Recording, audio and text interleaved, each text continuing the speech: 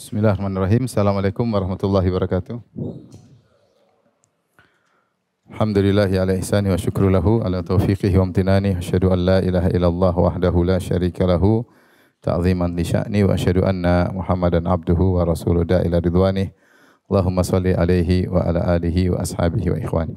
Kita lanjutkan dari perkataan Al-Imam Abu Ja'far At-Tahawi rahimahullahu taala. Beliau berkata, wa naqul inna Allah attakhadha Ibrahima khalila. Dan sungguhnya Allah Subhanahu wa taala telah menjadikan Ibrahim sebagai kekasihnya. Wa kallama Allahu Musa taklima. Dan Allah telah berbicara dengan Nabi Musa dengan pembicaraan yang sebenar-benarnya. Imanan, itu kami beriman, wa tasdiqan, dan kami membenarkan, wa tasliman, dan kami tunduk mengimani hal tersebut. Kenapa digabungkan dua perkara ini?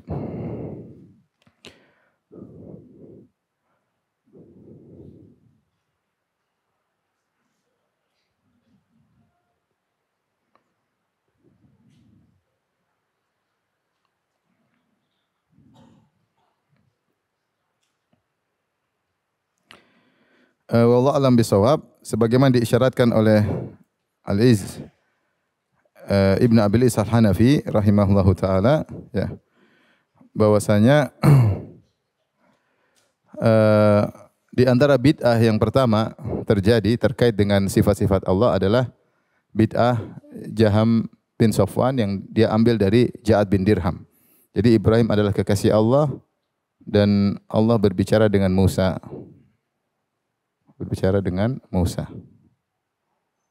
Yaitu wallahu alam, Imam Abu Ja'far At-Tahawi menggabungkan keduanya karena bid'ah sifat yang pertama kali disebutkan oleh siapa? Oleh Ja'ad bin Dirham.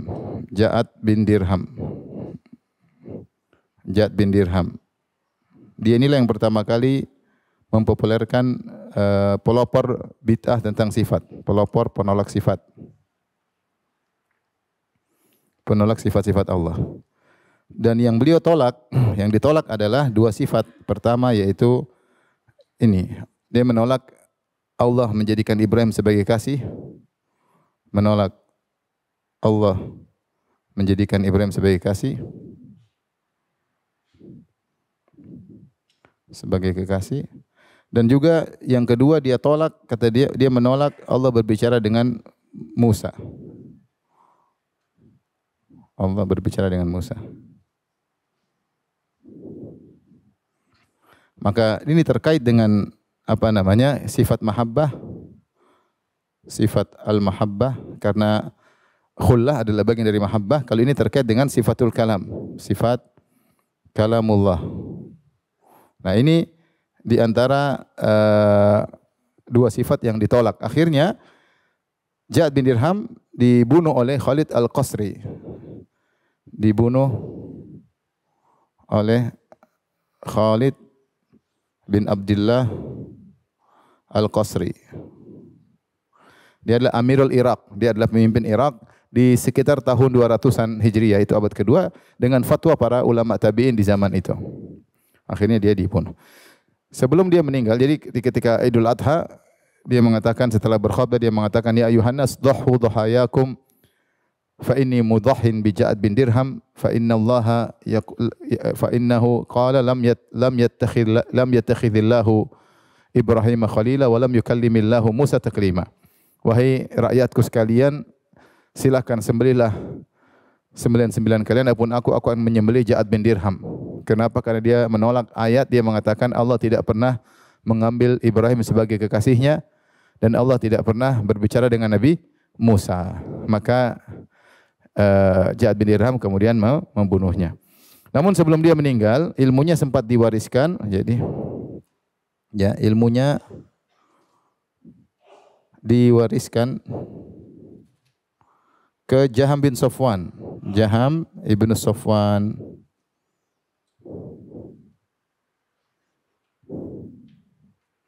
Yang kemudian dikenal dengan kelompok Al-Jahmiyah. Al-Jahmiyah. Nisbah kepada Jaham bin Safwan, dan dia juga dibunuh oleh Amir Khurasan. Kalau tadi dibunuh oleh Amir Irak, ini dibunuh oleh Amir Khurasan, namanya Salam bin Ahwaz. dibunuh oleh Salm bin Ahwaz. Ini Amir Khurasan. Ini Amir Irak. Namun sebelum dia meninggal juga ilmunya sudah tersebar dan kemudian ilmunya diwarisin oleh Mu'tazilah. Ilmunya diwarisi oleh Mu'tazilah, yaitu pengikut Amr bin Ubaid. Pengikut Amr bin Ubaid.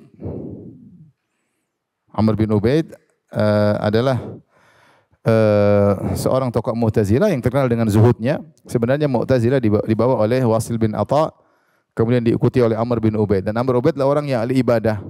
Dia orang ahli ibadah, zuhud. Kalau dipanggil oleh penguasa dia tidak pernah menerima hadiah, tidak pernah meminta harta kepada penguasa, berbeda dengan sebagian ulama yang ada di zaman tersebut, sehingga orang semua condong kepada dia. Dari pintu inilah bid'ah Mu'tazilah laris, karena pelopornya orang yang zuhud. Karena pelopornya orang yang zuhud, terkenal suka menangis, dan dia perawi hadis, dia juga perawi hadis. Kemudian akhirnya awalnya bid'ahnya terkait dengan asma wal ahkam, tentang hukum seorang pelaku dosa besar. Ini awal muncul Mu'tazilah, kemudian lama-lama terkena filsafat dan akhirnya mengambil ilmu dari pengikut Jahm bin Safwan, sehingga akhirnya muncullah firqah Mu'tazilah. Mu'tazilah inilah yang heboh dibantah oleh para ulama seperti Imam Ahmad. Ya. Di zaman Imam Ahmad muncul tokoh-tokoh Mu'tazilah yang mereka berpemahaman dengan pemahaman Jahm bin Safwan. Ya, jadi Mu'tazilah, Jahmiyah sama saja dalam masalah sifat. Muncullah seperti Ahmad bin Abi Duat, kemudian Bishr al-Marrisi, ya, dan seterusnya. Ini tokoh-tokoh Mu'tazilah. Asal muasalnya karena menolak dua sifat ini. Sifat al-mahabbah, kata tidak mungkin Allah mencintai, dan tidak mungkin Allah berbicara dengan suara yang didengar oleh Nabi Musa. Ya. Kenapa? Sifat mahabbah. Kata mereka tidak mungkin Allah mencintai.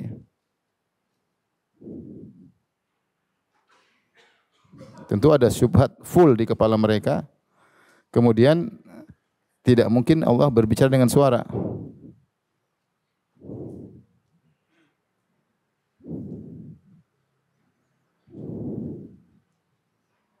Ya, tidak mungkin Allah bicara dengan suara.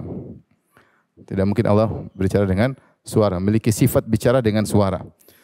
Tapi ini asal muasal munculnya bid'ah, makanya wallahu alam Imam Abu Ja'far At-Tahawi menggabungkan kedua ini, dia mengatakan wa naqul, kami berkata innallaha takhadha Ibrahim khalila. Kami berkata, kami yakin Allah menjadikan Ibrahim sebagai kekasihnya. Dan wa kallamallahu Musa taklima, dan Allah berbicara dengan Musa dengan sebenar-benarnya. Kami beriman, kami membenarkan dan kami pasrah. Enggak mau dengar-dengar syubhat, enggak mau pakai logika, pokoknya kami terima. Kami terima, enggak mau takwil-takwil, kami terima. Pokoknya seperti itu. Tapi sekarang kita bahas pada poin pertama, yaitu tentang Ibrahim adalah kekasih Allah. Yang kedua kita akan bahas adalah Musa berbicara dengan Allah Subhanahu wa taala. Paham sampai sini? Tapi yang pertama terkait dengan firman Allah wattakhadallahu Ibrahim khalila. Allah berfirman,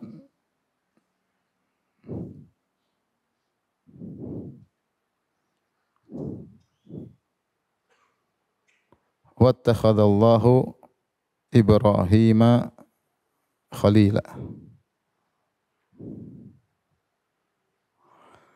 Wattakhadallahu Ibrahim khalila. Ini dalam surat An-Nisa ayat 125. Ya. Kalau bahasa terjemahkan, Allah menjadikan Ibrahim sebagai apa? Kekasihnya. Allah menjadikan Ibrahim sebagai kekasihnya. Baik. Berarti yang melakukan aktivitas siapa? Allah atau Ibrahim? Allah yang menjadikan. Jadi Allah yang menjadikan. Jadi aktivitas perbuatan dari Allah. Al-fi'lu minallah, perbuatan dari Allah. Atau aktivitas. dari Allah. Dan tentunya dijadikan sebagai kekasih. Dan tentunya Ibrahim juga menjadikan Allah sebagai kekasihnya. Tentunya Ibrahim juga menjadikan Allah sebagai kekasihnya.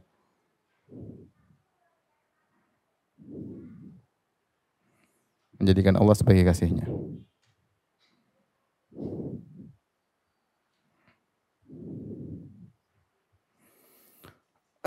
Oleh karenanya Ibnu Al-Aziz Al-Hanafi rahimahullah dalam kitabnya Syarh Aqidah Tahawiyah mengatakan, karena Ibrahim adalah kekasih Allah Subhanahu wa taala dan kekasih itu al-khullah, ini adalah derajat mahabbah yang paling tinggi. Kalau kita bahasa Arab ya, kita adalah al-mahabbah, cinta. Nanti di dalamnya mahabbah atau cinta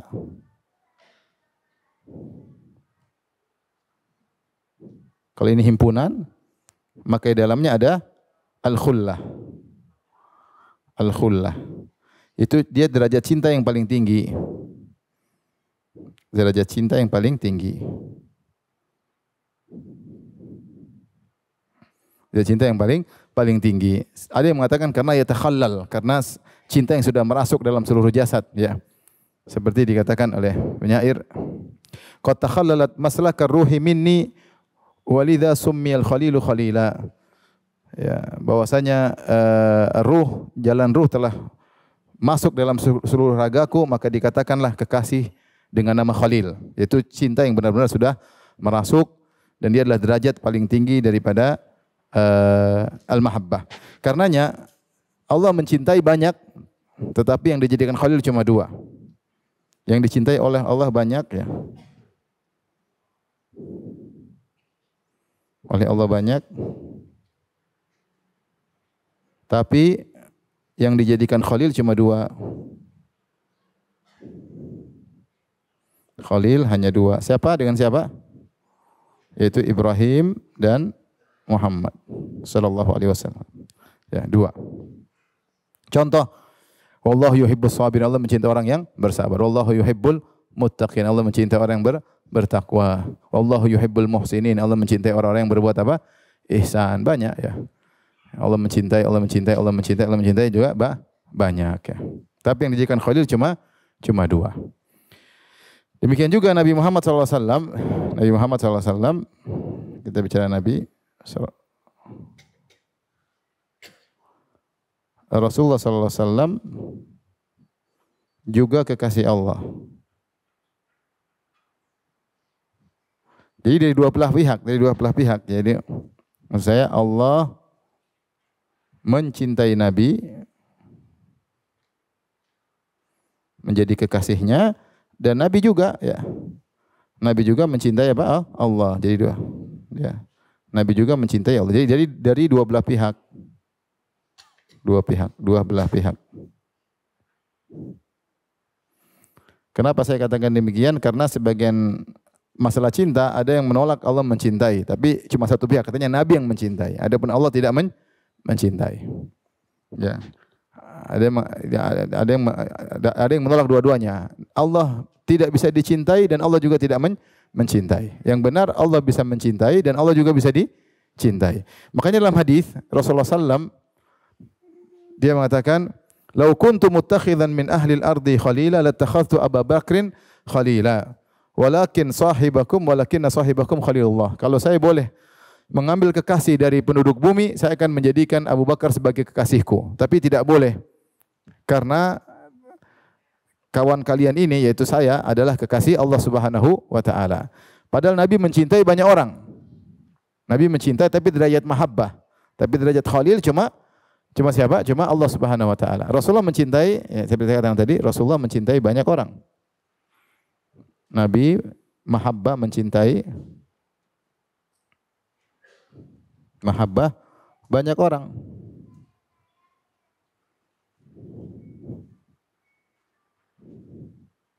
Tapi yang jadi Khalil cuma Allah.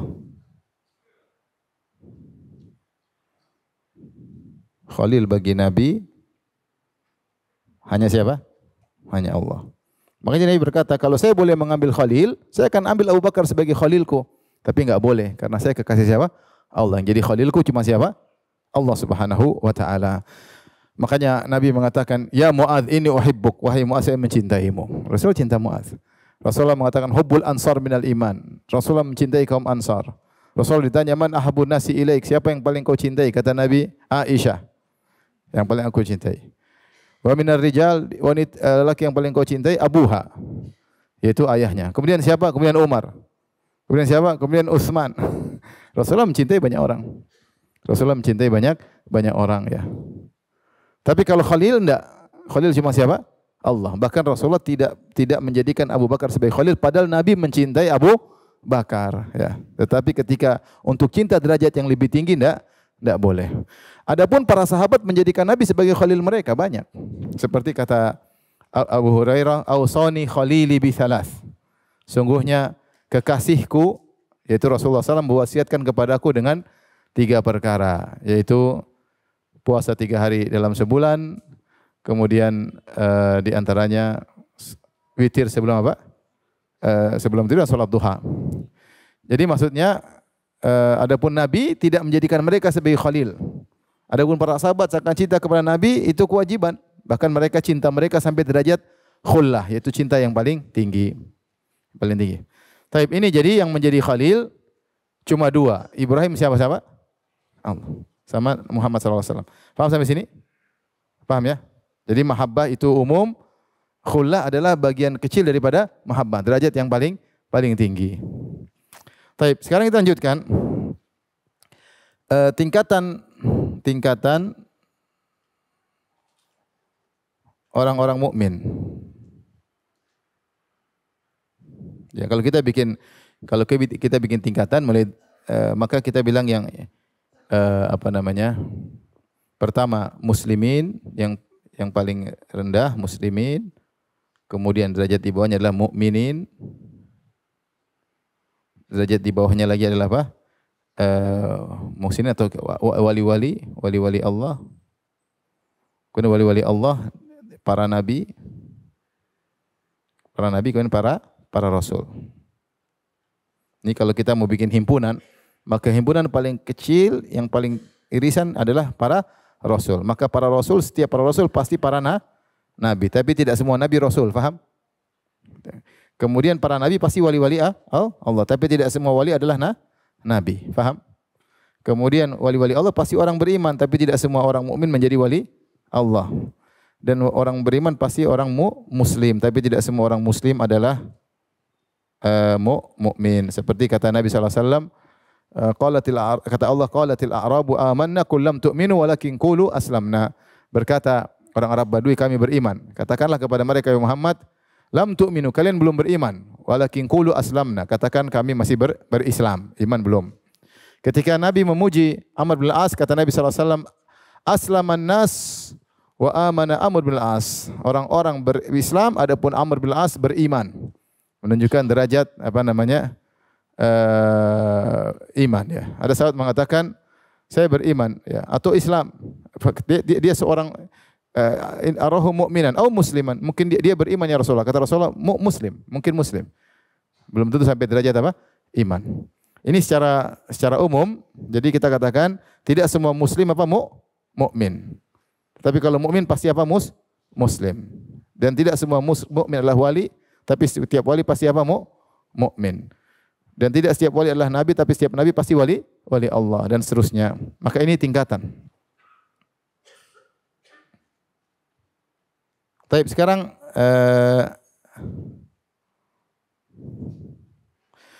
tingkatan para nabi. Tingkatan para nabi.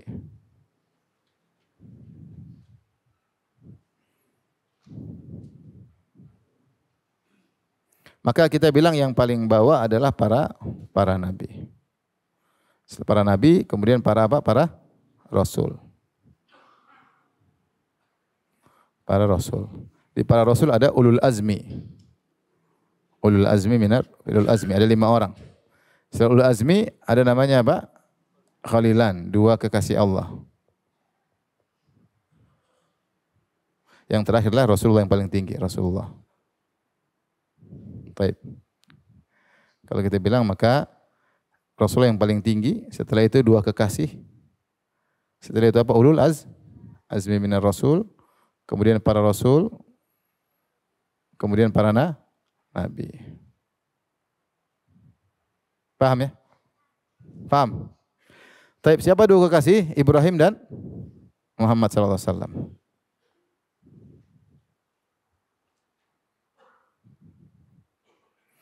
Ulul azmi siapa aja? Nuh alaihissalam, kemudian apa? Ibrahim. Kemudian Musa, Isa, Rasulullah dan Muhammad. Taib.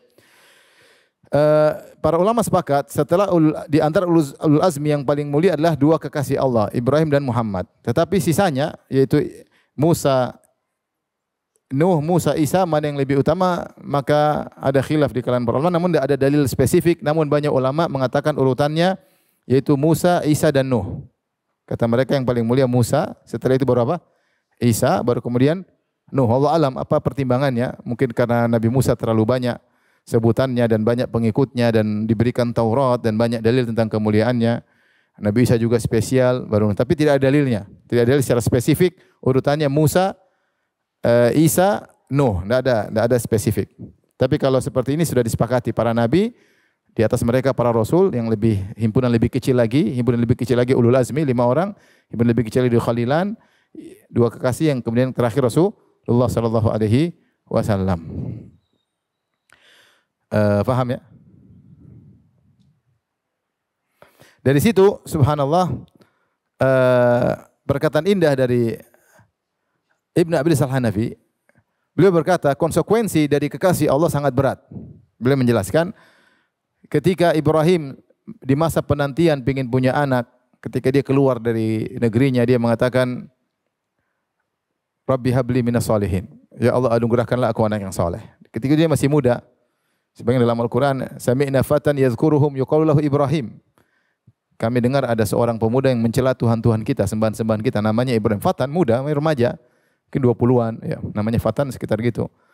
Kemudian taruhlah Ibrahim umur 20-an. Kemudian dia baru dapat anak ketika usia 80 tahun. Berarti dia menanti punya anak sekitar 60 tahun. Ini penantian luar biasa ya. Dan kita tahu bagaimana kecintaan seorang terhadap anak. Ketika lahir Ismail, maka kecintaannya, hatinya terisi dengan cinta kepada anaknya. Maka Allah ingin memurnikan kembali kecintaannya kepada Allah Subhanahu wa taala, maka Allah suruh dia sembelih apa? Anaknya. Karena anaknya tadi mencuri sebagian atau mengambil sebagian dari ruang hatinya. Yang namanya khullah harusnya semua merasuk dalam apa? Tubuhnya.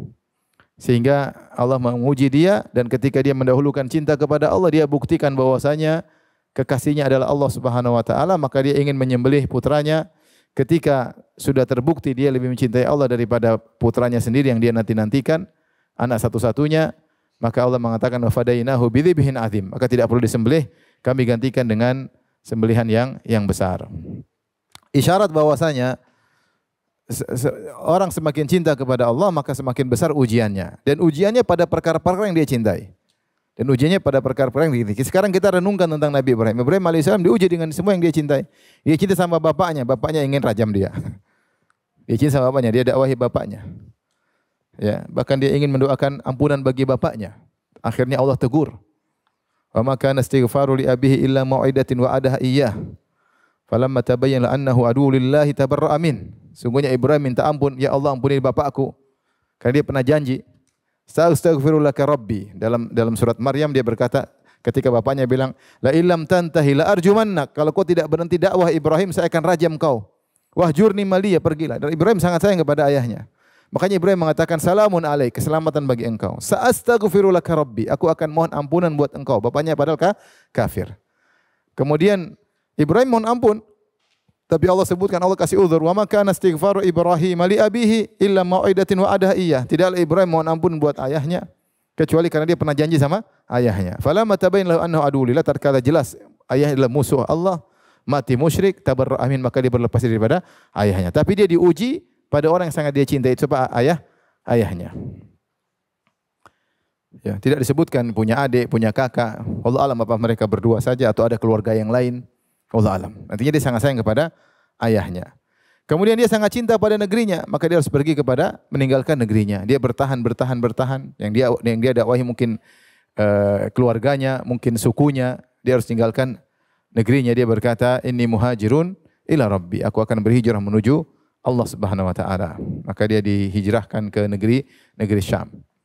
Kemudian ujian berikutnya, ya, tadi anaknya Ismail harus berpisah, anak satu-satunya yang dia nantikan selama 60 tahun atau puluhan tahun, lahir anak tersebut masih menyusui, harus dia tinggalkan. Istrinya Hajar harus dia tinggalkan di tempat yang jauh. Jadi Ibrahim diuji dengan perkara yang dicintai. Allah mengatakan, "Wa idz batala Ibrahima rabbuhu bikalimatin fa'atammahun." Ketika Ibrahim diuji oleh Allah dengan perkara-perkara, maka dia sempurnakan ujian tersebut.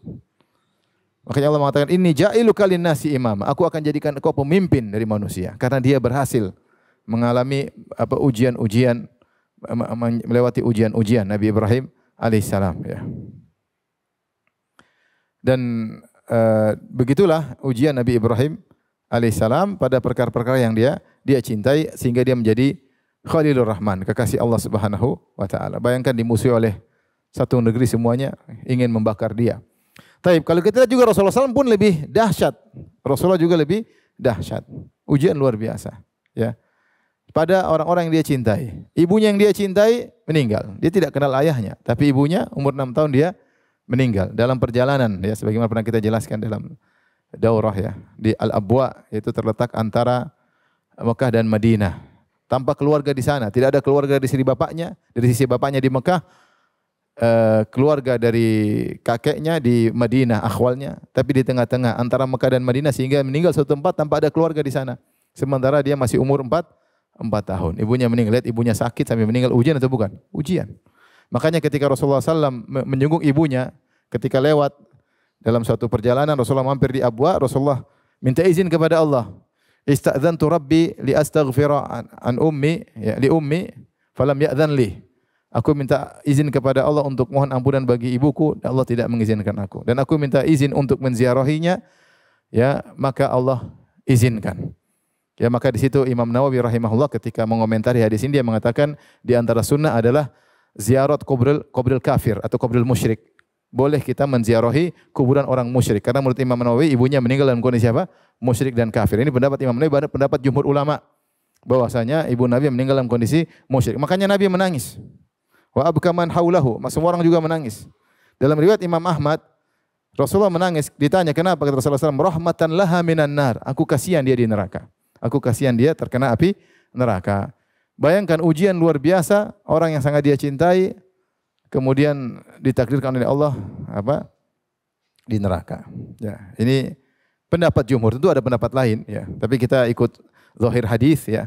Dan pendapat mayoritas ulama ini pendapat Nawawi, pendapat Az-Zahabi, pendapat Ibnu Katsir, pendapat para ahli tafsir.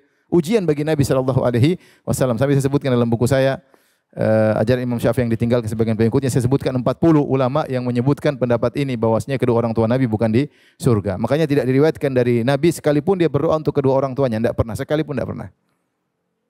Kalau tentu kedua orang tuanya di surga, Rasulullah paling semangat membaca doa buat kedua orang tuanya, karena sebagaimana Allah merintahkan anak soleh berdoa kepada kedua orang tuanya. Rasulullah SAW juga mengatakan di antara ciri anak soleh, waladun soleh yad'u lahu, anak soleh yang mendoakan orang tuanya. Tapi Nabi sendiri tidak pernah berdoa untuk kedua orang tuanya. Tapi maksudnya Nabi diuji.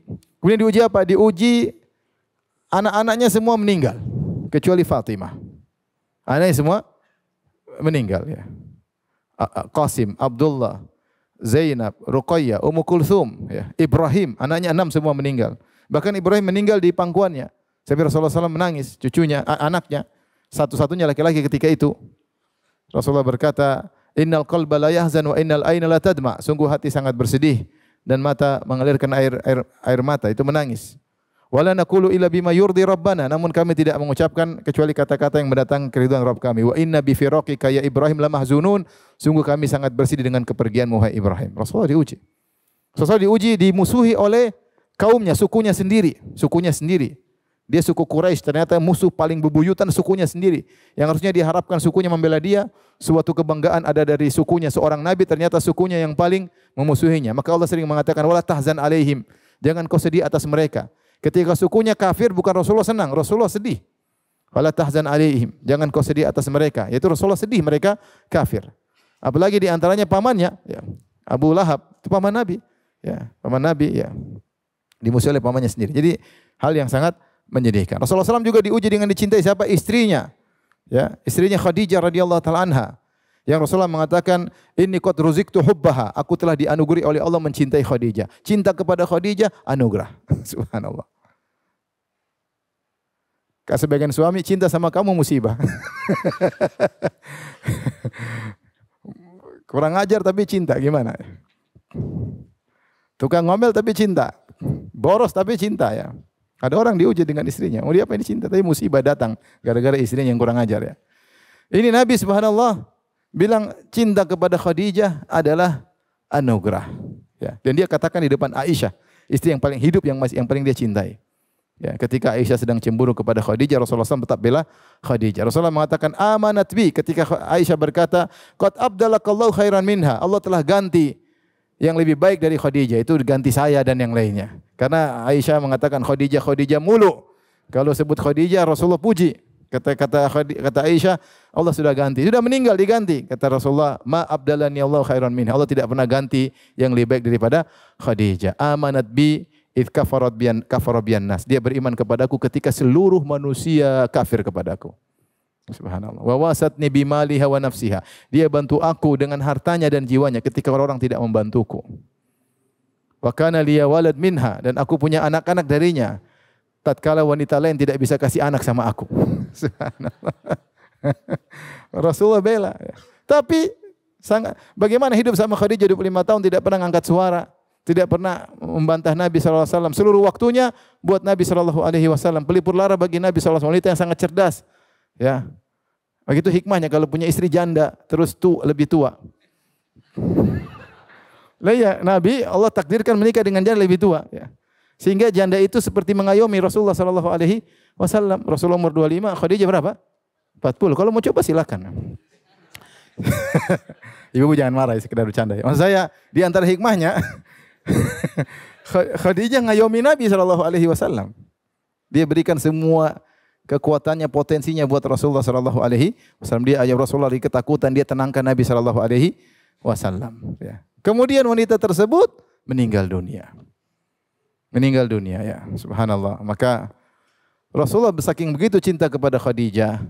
Kalau adiknya datang atau saudarinya datang, Assalamualaikum, dengar suaranya langsung semeringah. Ketika Rasulullah semeringah, Aisyah cemburu. Kenapa semeringah? Gara-gara dengar suara ipar, ingat suara istri. Yang gelisah Aisyah. Kenapa Rasulullah kalau dengar suaranya saudarinya Khadijah, Assalamualaikum, semeringah. Halah, ini pasti ipar ini. Iparnya siapa? Adik atau adik istriku. Jadi ternyata meninggal dunia. Dan itu sangat berat bagi Nabi SAW. Kemudian orang yang dia cintai juga adalah pamannya Abu Talib. Yang bila dia mati-matian, siap mati demi Nabi SAW. Wallahi lan yasilu ilaika bidharbatin hatta uwassada fit turabi dafina. Demi Allah mereka tidak bakalan bisa memukulmu, melukaimu wahai Muhammad sampai aku mati dalam kuburan, dalam liang lahat, baru mereka bisa ganggu engkau. Dia berjanji, siapa yang berani ganggu Muhammad lawan saya. Saya mati dulu baru ganggu dia. Luar biasa. Kemudian meninggal dunia. Sampai Allah mengatakan innaka la tahdi man ahbabta. Kau tidak bisa memberi petunjuk kepada orang yang kau cintai. Allah tahu Nabi sangat cinta kepada siapa? Kepada Abu Talib. Sampai Rasulullah mengatakan, la astaghfiranna Allah laka ma lam unha anka. Aku akan mohon ampunan bagi engkau wahai pamanku selama aku tidak dilarang. Karena saking sayangnya. Jadi Rasulullah tahu ini mungkin hal yang tidak boleh.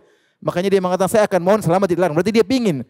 Seandainya tidak dilarang dia akan apa? Mohon ampunan. Maka Allah turunkan ayatnya, maka nalin nabi walladzina amanu astaghfirul musyrikin. Tidak pantas bagi Nabi dan orang beriman mohon ampun bagi orang musyrik walau kanu uli kurba, meskipun karib kerabat, meskipun jasanya sangat besar. Rasul diuji dengan orang yang sangat dia cintai. Rasulullah diuji dengan wafat pamannya Hamzah. Hamzah satu-satu pamannya yang masuk Islam ketika itu. Kan paman Nabi ketika Rasulullah jadi Nabi ada 4. Abu Lahab kurang ajar. Abu Talib kafir. Al-Abbas belum masuk Islam. Al-Abbas masuk Islam belakangan. Ketika sekitar tahun ke-7 atau 8 Hijriah menjelang Fatu Makkah. Hamzah masuk Islam di awal. Satu-satunya paman Nabi masuk Islam dan umurnya dekat dengan Nabi. Beda 2 tahun lebih tua sekitar gitu. Terus pamannya adalah saudara susuan Nabi, teman main Nabi. Maka ketika meninggal Rasul terisak. Artinya ini paman dia jagoan dalam perang, membela dia mati-matian, meninggal. Diuji dengan orang-orang yang dia cintai. Ya. Rasulullah diuji harus berpisah dari negerinya yang dia cintai. Ketika keluar dari Mekah, bukan Rasulullah senang-senang berhijrah ke Madinah. Dia sedih. Dia mengatakan innaki la khairu ardillah. Sebelum beliau pergi menuju Madinah, beliau berkata, wahai Mekah, engkau adalah negeri yang terbaik. Wa ahabbu ardillah ila Allah, dan engkau adalah negeri yang paling dicintai oleh Allah. Laula anna qaumaki akhrajuni ma akhrajtu minki. Kalau aku tidak diusir oleh kaummu, aku tidak akan keluar darimu. Rasulullah pergi meninggalkan kota Mekah dengan penuh kesedihan. Ujian banyak sekali. Maksud saya ujian Nabi pada perkara-perkara yang dia cintai, ya. Sehingga dia mencapai derajat Khalilur Rahman, kekasih Allah Subhanahu wa taala. Makanya sunnatullah berlaku. Innallaha idza ahabba qauman ibtalahum. Sungguhnya kalau Allah mencintai suatu kaum, maka Allah akan mengujinya. Ya. Makanya lihat, saya pernah sampaikan, Nabi Yakub alaihissalam paling dicintai oleh Allah. Ketika itu dia diuji dengan orang yang paling dicintai, dipisahkan dari Nabi Yusuf alaihissalam. Subhanallah. Jadi kalau kita beriman, siap-siap diuji pada perkara yang kita cintai. Maka jangan terlalu cinta sama mobil. Beli mobil kegores, sakit hati. Ada yang gores mobil baru. Terlalu cinta sama mobil. Supaya kau jangan tergantung kepada mobil, ya. Baik, jadi ini terkait dengan Khalilur Rahman, kekasih Allah. Dan Nabi Ibrahim alaihissalam disebut Khalilur Rahman karena dia yang pertama sebelum Nabi Muhammad sallallahu alaihi wasallam. Dan tidak lain Nabi Muhammad adalah keturunan Nabi Ibrahim. Ibrahim yang pernah berdoa, ya wa ba'ath fihim rasulan minhum yatlu alaihim ayatika. Ketika sudah membangun Ka'bah, Ibrahim berdoa, ya Allah, utuslah pada keturunanku seorang rasul dari mereka yang akan bacakan ayatmu. Dan tidak ada rasul setelah Nabi Ibrahim, setelah Ismail kecuali siapa? Kecuali Muhammad sallallahu alaihi wasallam. Taib, Ibnu Al-Aziz Al-Hanafi rahimahullah menyebutkan tentang permasalahan. Tentu kita sepakat Nabi Muhammad lebih mulia daripada Nabi Ibrahim alaihissalam. Tetapi kenapa ketika bersolat kita mengatakan Allahumma sholli ala Muhammad wa ali Muhammad kama shallaita ala Ibrahim. Dan sebagian riwayat kama shallaita ala ali Ibrahim innaka Hamidum Majid. Kenapa salat kepada Nabi sebagaimana salat kepada Ibrahim? Ada 2 jawaban disebutkan oleh Ibnu Al-Aziz Al-Hanafi. Pertama, karena ala Ibrahim termasuk keluarga Ibrahim adalah Muhammad sallallahu alaihi wasallam, ya. Termasuk Nabi Muhammad sallallahu alaihi wasallam adalah keturunan Nabi Ibrahim alaihissalam, sehingga ketika kita mengatakan salawat kepada Ibrahim, berarti juga maksudnya karena di situ ada nabi, ditinjau dari dalam keluarga Ibrahim ada nabi, sehingga keluarga tersebut mulia karena ada nabi di situ. Sehingga seakan-akan yang mengatakan salawat kepada aku sebagaimana engkau bersalawat kepada aku dan keluarga Ibrahim. Mana lebih afdal, Nabi sendiri atau Nabi bersama yang lain? Paham? Nabi bersama yang lain tentunya kan? Paham? Paham ya? Ya. Nabi sendiri, Nabi bilang ya salawat kepada aku sebagaimana engkau bersalawat kepada Nabi dan keluarga Ibrahim. Pendapat kedua ini juga kuat, bahwasanya ditinjau dari keluarga, maka keluarga Ibrahim lebih afdal daripada keluarga Muhammad sallallahu alaihi wasallam. Karena keturunan Nabi Ibrahim, seluruh Nabi dari keluarga Ibrahim. Tidak ada Nabi setelah Ibrahim kecuali semua dari keluarganya. Dari Bani Israel banyak sekali Nabi-Nabi. Dan dari keturunan Ishak juga ada kebanyakan Nabi dari Bani Israel. Dari Bani Israel itu keturunan apa ya? Yakub. Sebagian ada yang mengatakan sebagian Nabi dari keturunan Isu. Jadi Ibrahim punya anak Ishak sama siapa? Ismail. Dari Ismail cuma satu, Nabi Muhammad sallallahu alaihi wasallam. Tidak ada keturunan Ismail para nabi, enggak ada. Ya. Dan keturunan Nabi Muhammad, keluar Nabi, tentu tidak ada nabi. Nabi terakhir siapa? Nabi Muhammad sallallahu alaihi wasallam. Ahlul Bait enggak ada yang nabi. Orang mulia banyak tapi tidak ada nabi. Tapi keturunan Ibrahim seluruhnya tidak ada nabi datang setelah Ibrahim kecuali keturunannya. Entah keturunan Yakub alaihissalam atau keturunan Isu, karena Ibrahim punya anak Ishak, Ishak punya anak 2. Isu dan Yakub. Isu yang paling tua, kemudian Yakub. Dari Yakub Bani Israel. Ada juga sebagian nabi yang keturunan katanya Isu. Ada yang mengatakan seperti Nabi Ayub atau nabi yang lain, saya lupa. Tapi intinya seluruh keluarga nabi-nabi berasal dari keluarga Ibrahim. Sehingga ditinjau dari Alul Bait, yaitu Alul Baitin Nabi, keluarga Nabi dengan keluarga Ibrahim, mana lebih mulia?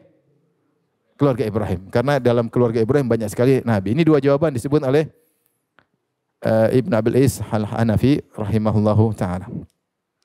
Tapi kita lanjut poin kedua tentang Musa.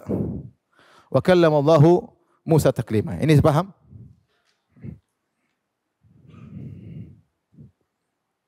Yang kedua firman Allah Subhanahu wa taala, wa kallamallahu Musa taklima. Sungguh Allah benar-benar berbicara dengan Musa. Sungguh Allah, di sini ada, ini namanya litakid ya. Ya, Allah sebutkan dengan taklima masdar untuk penekanan. Sehingga kalau kita bahasa Arab, sungguh benar-benar Allah telah berbicara dengan Musa alaihissalam. Sungguh berbicara dengan Nabi Musa alaihissalam ya. Ini litaukid. Kalau ini majaz maka tidak perlu Allah katakan taklima. Ya. Taib. Ini adalah keistimewaan Musa. Musa dikenal alaihissalam, dikenal dengan kalimullah. Kalimullah. Kalimullah. Yaitu yang diajak berbicara oleh Allah. Yang diajak bicara oleh Allah. Ketahuilah, Nabi yang diajak bicara oleh Allah bukan cuma Nabi Musa. Di antara Nabi yang diajak bicara oleh Allah adalah Nabi Adam dan Nabi Muhammad SAW. Cuma kata para ulama, Nabi Adam dan Nabi Muhammad diajak bicara di langit, bukan di bumi. Adapun Nabi Musa diajak bicara di mana? Di bumi. Ya. Adam diajak bicara ketika di surga, Nabi Muhammad ketika diangkat ke Isra Mi'raj. Ya. Baru Allah berbicara dengan dia untuk memberikan perintah. Ya. Salat 5 waktu. Tapi Nabi Musa Allah berbicara banyak, berulang-ulang. Dan Allah turunkan Taurat langsung, wa kataba biyadihi, dan Allah tulis dengan tangannya Taurat tersebut Allah berikan kepada Nabi Musa alaihissalam. Makanya Allah mengatakan tilkar rusulu faddalna ba'dhum ala ba'd minhum man kallama Allah wa rafa'a ba'dhum darajat. Kata Allah, para rasul kami muliakan satu di atas yang lainnya. Di antaranya ada yang Allah ajak berbicara. Wa kallamahu rabbuhu. Dan Allah berbicara dengan Nabi Musa alaihissalam. Nah, kalau kita takwil berbicara maksudnya Allah beri wahyu, beri ilham, maka semua nabi ada ilham atau tidak? Kalau bicara bukan bicara yang didengar oleh Nabi Musa, maksudnya bicara dan ilham sebagaimana tafsiran mereka, Allah hanya kasih paham makna. Kalau begitu semua nabi juga kalimullah kalau begitu. Tidak ada istimewa Nabi Musa alaihissalam. Nabi Musa istimewa ketika Allah berbicara langsung dengan Nabi Musa. Makanya Allah berkata, "Fastami' lima yuha." Wastami' lima yuha. Maka dengarkanlah apa yang akan diwahyukan kepadamu. Kata Allah, dengarkanlah. Dengar pakai kuping atau pakai apa? Hati. Dengar tuh kuping atau pakai hati? Kalau pakai hati Allah akan mengatakan fahamilah. Tapi Allah mengatakan fastami' lima yuha. Dengarkanlah kepada apa yang Allah akan wahyukan kepadamu. Itu dalil bahwasanya Nabi Musa benar-benar mendengar. Datang alul bidah, mereka enggak mungkin Allah bicara pakai suara. Kalau bicara pakai suara berarti ada sesuatu yang baru pada Allah. Berarti begini, berarti begini, berarti begini. Aduh, makanya tadi Abu Ja'far atau yang mengatakan kami beriman imanan wa tasdiqan wa istasliman. Beriman, kita enggak mau dengar syubhat-syubhat. Tasdiqan, kami benarkan dan kami pasrah. Kalau pakai akal bisa nolak. Masa Allah bicara pakai bahasa apa? Emang gimana? Banyak pikiran akhirnya sebenarnya nolak Allah berbicara dengan suara seperti orang-orang liberal. Dan ini berbahaya. Sudah saya sampai katakan. Saya kemarin baru ketemu dengan salah seorang. Ya begitu. Terkena pemahaman liberal. Allah tidak pernah berbicara dengan suara sehingga hanya pemahaman. Kalau gitu jangan terikat dengan teks Al-Quran karena itu bukan bahasa Allah. Itu hanya terjemahan Nabi Muhammad terhadap bahasa Allah yang tanpa suara, tanpa huruf, tanpa terus. Itu namanya bukan bahasa, bukan namanya bicara. Ada orang bicara tanpa suara, tanpa huruf, itu namanya bukan bicara, namanya ngelamun. Lu bicara tanpa suara, tanpa huruf, gimana ceritanya? Itu namanya bukan bicara. Ya. Kalaupun dia bicara dalam dirinya, maka akan ada pembicaraan entah pakai bahasa apa. Bisa enggak orang bicara dalam hati? Bisa, tapi tetap itu ada pembicaraan yang dia rangkai dalam hatinya, ya enggak? Tetap aja namanya bicara itu bicara. Bicara itu suatu komunikasi. Namanya bicara. Maka kita beriman, kalau seandainya berbicara maknanya memahami, maka Allah akan mengatakan fafham, pahamilah. Tapi Allah mengatakan wastami', dengarkanlah. Ya. 5 yuha yang akan diwahyukan kepadamu itu siapkan, dengar telingamu ya Nabi Musa. Innani anallahu la ilaha illa ana. Fa'budini wa aqimis salata li dzikri. Sungguhnya aku ini adalah Allah yang tidak berhak disembah kecuali aku, ya, dan dirikanlah salat untuk mengingatku. Kemudian Allah bertanya, pembicaraan, "Wa matil ka biyaminika ya Musa?" Apa di tangan kananmu? Musa jawab, "Qala hiya asaya," ini adalah tongkatku. Jadi Allah ngomong, Musa jawab, "Ini tongkatku." Allah timpali lagi, "Alqiha," lemparkan wahai Musa. Musa dengar, oh lempar. Oh jadi ular takut. Khudha, ambil. Jadi bukan pembicaraan satu topik selama dari azali dan abadi seperti gitu terus, itu ngomong kosong, itu enggak benar. Kalau pembicaraan ini secara makna sudah ada sejak zaman azali, berarti sejak zaman azali Allah sudah ngomong lempar tuh tongkat Musa, lempar tuh tongkat tuh Musa, lempar tuh. Dan sejak azali Allah sudah ngomong gitu, Musa belum ada, paham? Kata mereka pembicaraan ini sudah ada sejak azali. Satu makna enggak masuk akal, sudah pernah kita bahas dalam masalah kalamullah. Kita Ahlussunnah terima aja. Gimana suara Allah tidak sama? Sebagian Imam Bukhari mengatakan suara Allah tidak sama dengan suara makhluk dalam kitabnya Khalqu Af'alil Ibad. Ini pendapat Ahlussunnah wal Jamaah. Imam Bukhari dalam kitabnya Khalqu Af'alil Ibad mengatakan maka suara Allah tidak sama seperti suara makhluk. Suara Allah ketika dengar malaikat, malaikat bisa pingsan. Adapun antara malaikat dan malaikat tidak. Yasma'uhu man ba'ud kama yasma'uhu man qarub. Suara Allah itu yang dekat jauh dengarnya sama. Ini di antara kata Ibnu Bukhari beda dengan suara makhluk. Imam Ahmad ketika ditanya, apakah Allah berbicara dengan suara? Dan ini dinukil oleh Ibnu Hajar dalam Fathul Bari. Seperti Ibnu Hajar mendukung pendapat ini. Dia menukil pendapat Imam Ahmad dari riwayat anaknya Abdullah bin Ahmad. Apakah Allah berbicara? Kata Imam Ahmad sebutkan hadis. Kata Imam Ahmad, hadis tungkiruhal Jahmiyah. Hadis seperti diingkari oleh Jahmiyah. Jadi yang bilang Allah berbicara tanpa suara itu Jahmiyah. Jaham bin Safwan. Yang ambil ilmu dari siapa? Ja'ad bin Dirham. Yang menolak Allah berbicara dengan Nabi Musa. Makanya ketika Nabi Musa berbicara dengan Allah, timbul kerinduan, dia ingin lihat zat Allah. Maka dia mengatakan, Rabbi arini anzur ilaik. Ya Allah, aku ingin lihat engkau. Rindu ketemu Allah. Makanya Nabi Musa ketika dipanggil, datang sebelum waktunya. Wa ma ajalaka an qaumika ya Musa. Kenapa kau datang sebelum waktunya? Kamu bagaimana? Hum ulai ala athari wa ajiltu ilaika rabbi litarda. Aku segera agar kau ridho ya Allah. Jadi waktunya sebelum waktu ini sudah datang. Saking rindu ingin ketemu siapa? Allah, ingin dengar Allah berbicara. Jangankan suara Allah ketika didengar, bahkan Nabi Muhammad SAW ketika diberi wahyu oleh malaikat Jibril, malaikat Jibril mentalkin, Iqra bismi rabbikal ladzi khalaq, khalaqal insana min alaq, Iqra wa rabbukal akram. Setelah itu Nabi rindu, ingin dengar lagi ayat-ayat tersebut. Padahal cuma nukil dari Allah Subhanahu wa taala. Karena ayat-ayat Allah adalah kebahagiaan. Bagi malaikat kalau yang menyampaikan langsung adalah Allah Subhanahu wa taala. Akhirnya Nabi Musa pingsan, tidak bisa lihat Allah. Kemudian Allah sadarkan Nabi Musa, maka untuk menghibur Nabi Musa karena dia tidak bisa lihat Allah, kata Allah, lantaran kau tidak bisa lihat aku. Lihat gunung, kalau gunung masih kokoh kok akan lihat, tapi gunung hancur. Nabi Musa pingsan, mati, dibangkitkan lagi, atau pingsan dihidupkan lagi, dibangkitkan lagi. Allah hibur dia, Allah mengatakan, ya Musa, inni istafaituka 'alan nasi birisalati wa bikalami. Wahai Musa, aku telah memilih engkau di kalangan manusia, aku pilih engkau dengan engkau sebagai rasul dan aku berbicara langsung dengan engkau. Udah, ini udah istimewa. Nabi-nabi lain enggak ada. Saya ajak ngomong di dunia. Engkau kalimullah. Makanya pada hari kiamat kelak Nabi Musa dikenal dengan kalimullah, orang yang diajak langsung berbicara oleh Allah ketika di dunia. Dan di antara sifat Tuhan adalah berbicara.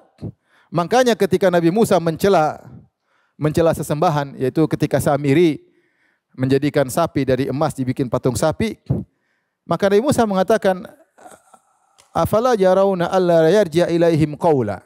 Atau kata Allah mengatakan, tidakkah mereka lihat bahwasanya sapi tersebut tidak bisa jawab omongan mereka. Tidak bisa jawab omongan mereka, ya. Jadi Nabi Musa alaihissalam atau Allah mencela sesembahan Samiri, di antaranya kata Allah dia bukan Tuhan, buktinya dia tidak bisa jawab perkataan kalian. Dia enggak bisa ngomong. Tidak bisa ngomong. Kalau dia bisa, itu bukti dia bukan Tuhan, karena di antara sifat Tuhan bisa berbicara. Makanya Allah mengatakan dia tidak bisa balas omongan kalian. La yukallimuhum wa la yahdihim sabila, tidak bisa ngomong. Tidak bisa menjawab perkataan mereka. Demikian juga ketika Ibrahim hancurin patung-patung, Ibrahim berkata kepada fas'aluhum in kanu yantiqun. Coba tanya sama Tuhan kalian bisa ngomong. Itu Tuhan enggak bisa ngomong. Tuhan enggak bisa ngomong, berarti di antara Tuhan bisa berbicara. Ini Tuhan enggak bisa ngomong, bukan Tuhan. Ya. Ya. Ala malakum la tantiqun. Kata Nabi Ibrahim, "Mana kenapa enggak ngomong?" Berarti bicara adalah salah satu ciri itu Tuhan. Bicara maksudnya bicara, komunikasi. Komunikasi ya. Sampai sini aja kajian kita. Wabillahi taufiq. Assalamualaikum warahmatullahi wabarakatuh.